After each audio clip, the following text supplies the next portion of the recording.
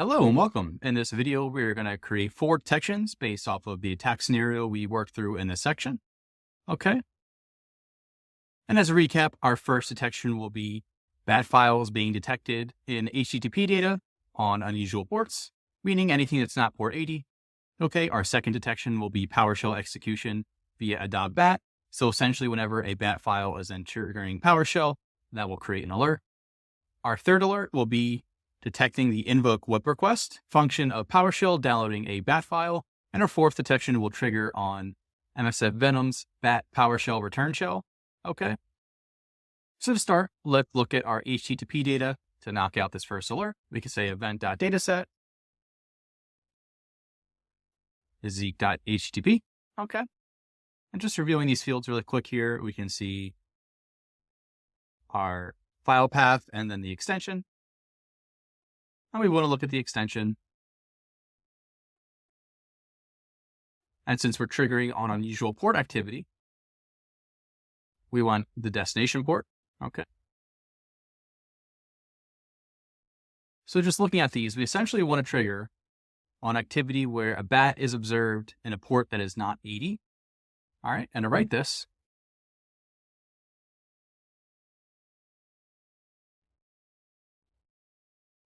we could do something like this. And you can see it narrowed down our results here. And this will be a great way to alert on this exact activity in our example. Okay. So let's turn this into an alert.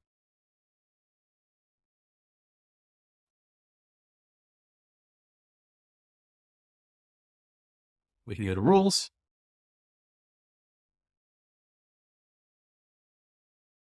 And let's create a new rule here. This is a custom query. We're going to put our search right in here.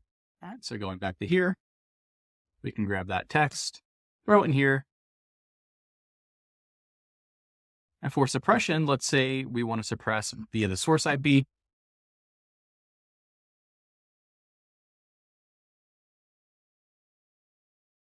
That way, multiple bat transfers won't trigger a bunch of alerts, but it'll be enough for the response team to go look into it.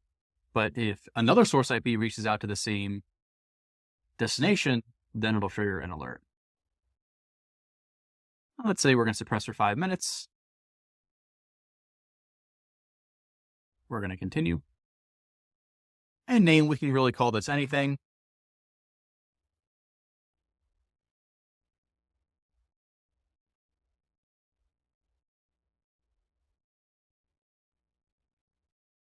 We can call it something like this: bat files observed in HTTP traffic on unusual port.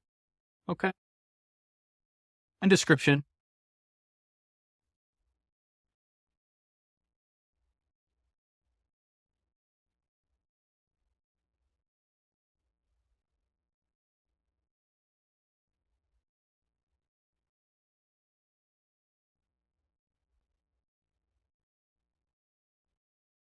We could write something a little bit more descriptive here. Okay. Severity, we're going to keep this as low. We're going to keep the default risk score. And if we go into advanced settings, we can add in our MITRE information.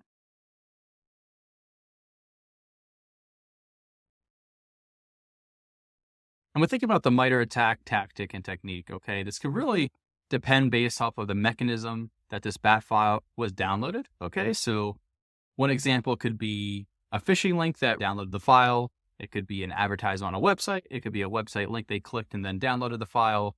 Okay. It could be a wide variety of things. And each one of those has a different tactic and technique associated with it. But if we go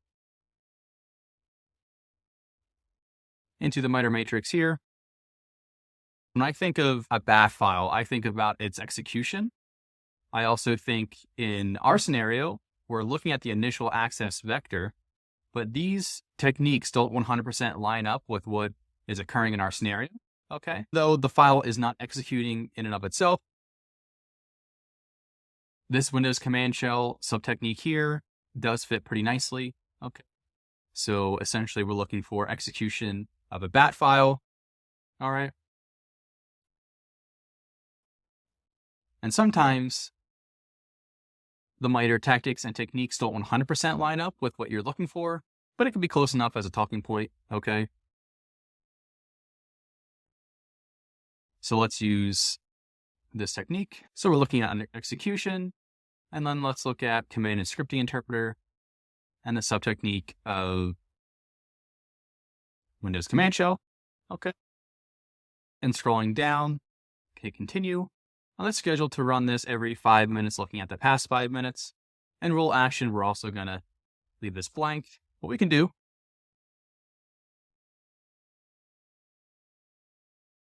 is run this rule preview and see what comes up, and we can see it would have triggered. So this rule we're going to consider good. Let's create and enable it.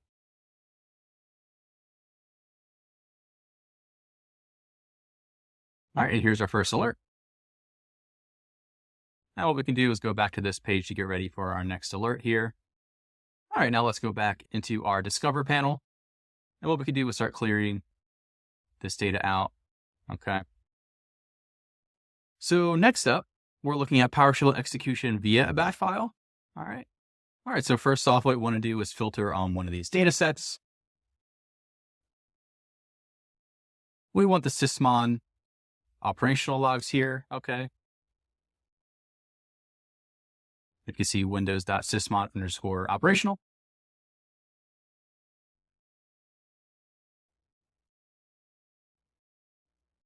And what we can do is just throw in a general search just to get our activity more visible.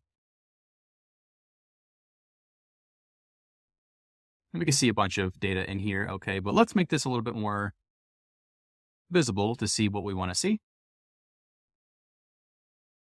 All right. This looks a little bit better here. And if we look, what we're really trying to trigger on is this log right here.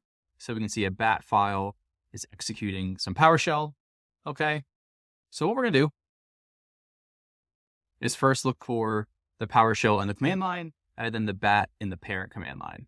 Okay, and we can do that pretty easily. If we look at our search here, so we're saying event dataset is the sysmon_operational, and process.command line starts with PowerShell. Okay. And process.parent command line contains bat. And the process parent name is cmd.exe. Okay. So what we're looking at here is the bat getting executed, because by default, if you double click on a bat file or otherwise execute it, it spins up cmd.exe. Okay. So that takes care of the parent bit. And then for a process itself, we're looking for PowerShell kicking off the command line here. Okay. And if we scroll down, we can see that this is consistently hitting on our activity and the test. All right.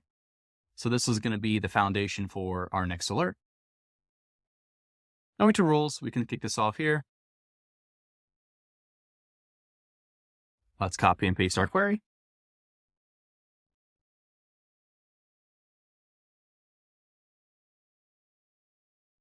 For field suppression, we're going to go by hostname. If we look here, the field is called host.hostname. Okay, so that way, if a bunch trigger on one host, it won't overwhelm the response team. And we're going to suppress for 5 minutes. But if this happens on another host, that'll trigger its own separate alert. Okay. For the alert name, we can say something like PowerShell execution via bat file.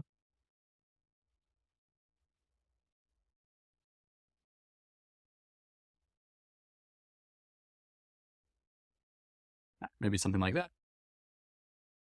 We're going to keep all this as the default values.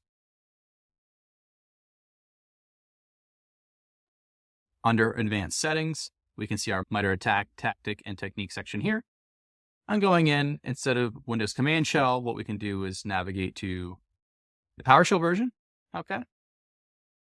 So similar to the last alert, we're going to go to execution. And this time, this actually is execution versus what we kind of made fit for our previous alert. All right, we're going to call this command and scripting interpreter. And let's do PowerShell. All right, going to leave all the rest of this blank. We hit continue. And we do need a description in here. So adding in here, we can say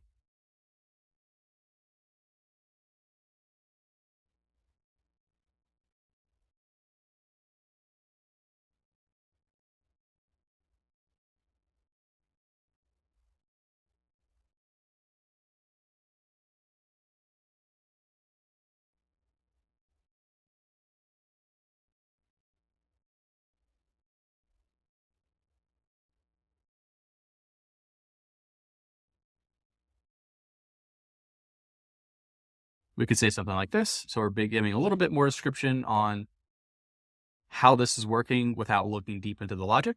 Okay.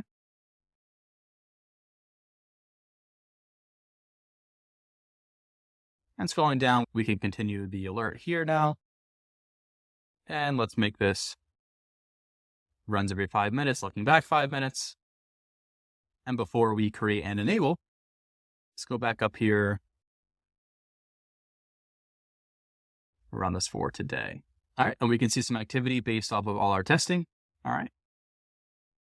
So we can create and enable this rule. And there we go. All right. Going back to our search here, we're actually going to stick with this data set.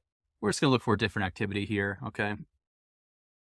So our next alert is looking specifically at that invoke web request function here. Okay.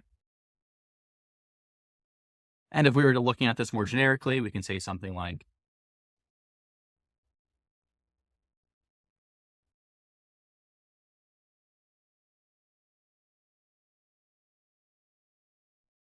we now have some more information that isn't exactly in our previous search. So we can actually see the invoke web request than downloading a file. So in this case, we're more interested in this log versus this log. Okay. Even though invoke web request is contained in both, we really want to see the PowerShell activity. Okay. And not just text observed within a bat file. So what we could do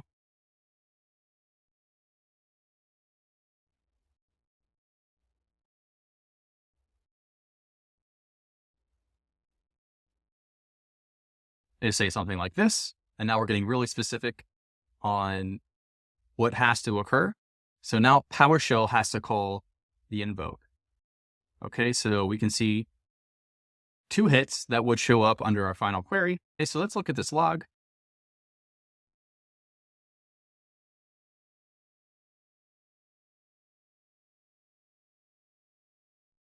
And looking, there's really 2 places we can search. We can look at the specific parent.org. We can look at the parent args or the parent command line. Parent command line is a little easier to work with. So let's use this.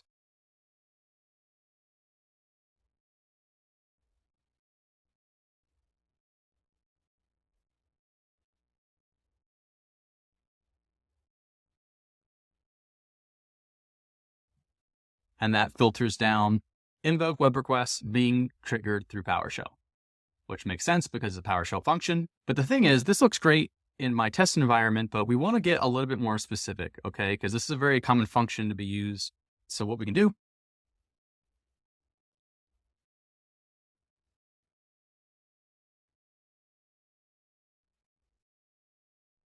is ensure that only bat files are getting detected from this activity.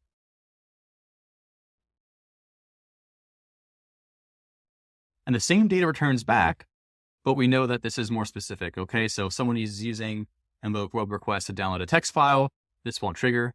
We just want to be intentional about what we're triggering on, all right?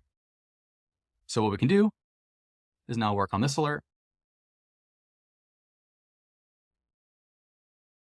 The data in here. And similar to our other one, we're going to suppress based off of the host name for 5 minutes.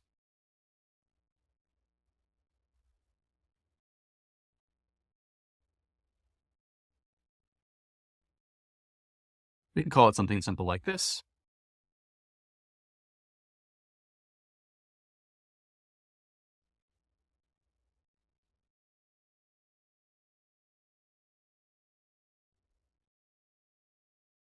All right, so we're being a little bit more specific here. So we're describing the data set we're using and exactly how we're triggering, okay? So the key point here is we're just triggering off of those strings. Theoretically, if someone triggered PowerShell with these strings and not actually using those functions or a bat file itself, it would still trigger a false positive, but that's pretty unlikely, okay? And going down here, let's go in advanced settings. And similar to previous alerts, we're going to execution, command and scripting interpreter, and we're looking at PowerShell. All right. We can schedule this 5 minutes every 5 minutes. And let's go back up here.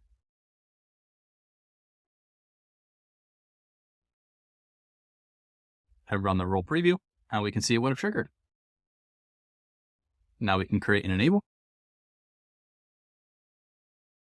And there's our third alert. Right. Last but not least, we're operating off of the same kind of information, but now we're looking at the default MSF Venom PowerShell return shell activity. Okay, so let's back this up a bit. And as a generic search, let's look for any logs containing PowerShell. Okay. Let's scroll a bit here and we can see our return shell. All right. Expanding this out, we can see a lot of data in here. The key point is that this text is static, as well as everything after the given IP address and port that we use when setting this up in MSF Venom. Okay. So there's a couple ways we can go about this. We can look at this whole string going down here, or we could do something smaller and maybe triggering just on this here and assuming that if we see PowerShell-W hidden, nop-C with this specific combination of characters here, which is $A equals, and then whatever variable here. Okay. This might be good enough to trigger on the MSF payload. Okay. So how do I make this work? We want to trigger just on cmd.exe. And if you notice, there's quotes in here, so that makes it a little more complicated to set up. So I'm going to copy and paste my query in here.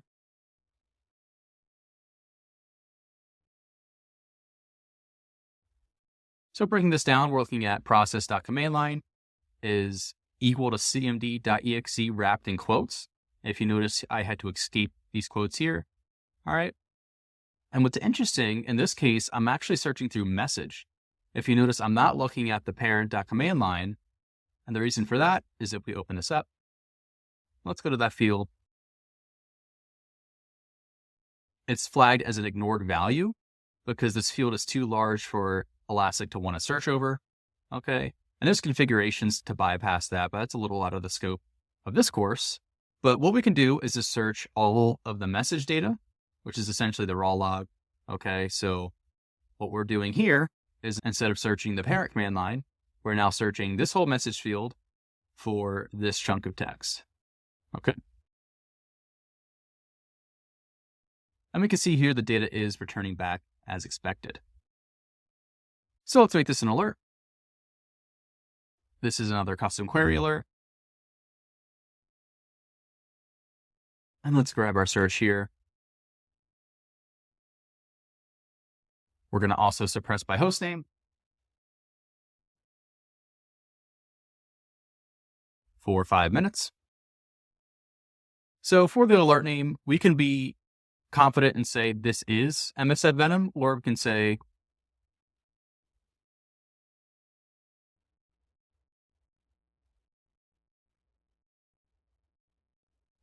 potential MSF PowerShell payload observed. Okay.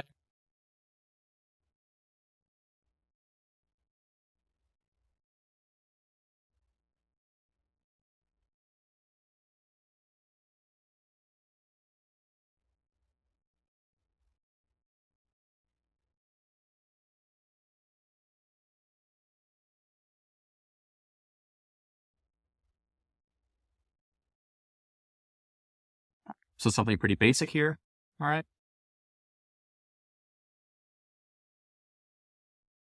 Now for our MITRE tactic and technique, while what happens after this return shell completes and the actions on objectives that the attacker is doing on the box, that could be really anything, right? Once you get command shell execution on a box, you can do all kinds of things like data encryption, data exfil, and those are all different tactics and techniques. But essentially what's happening here is just PowerShell. Okay, so like the other ones, we're going to execution, command and scripting interpreter, and PowerShell. Okay. We're going to leave all this blank. Hit continue. 5/5, like the other alerts. Okay. And before we're done here, let's run this in the role preview. And we see our hits. All right, let's go down here and we can create and enable.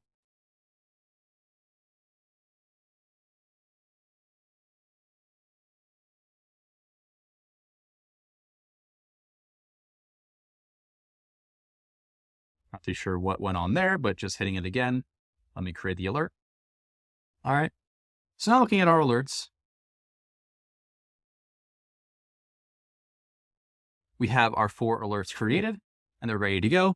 I didn't really specify any kind of risk or severities. We're not too worried about here. We just want to make sure that these are triggering properly. Okay. And at this point, this video has gone on a little long here. Hopefully this was helpful. In the next video, we're going to execute our batch script again, perform the return shell, and then see what generates. Thanks for watching, and I'll see you in the next video.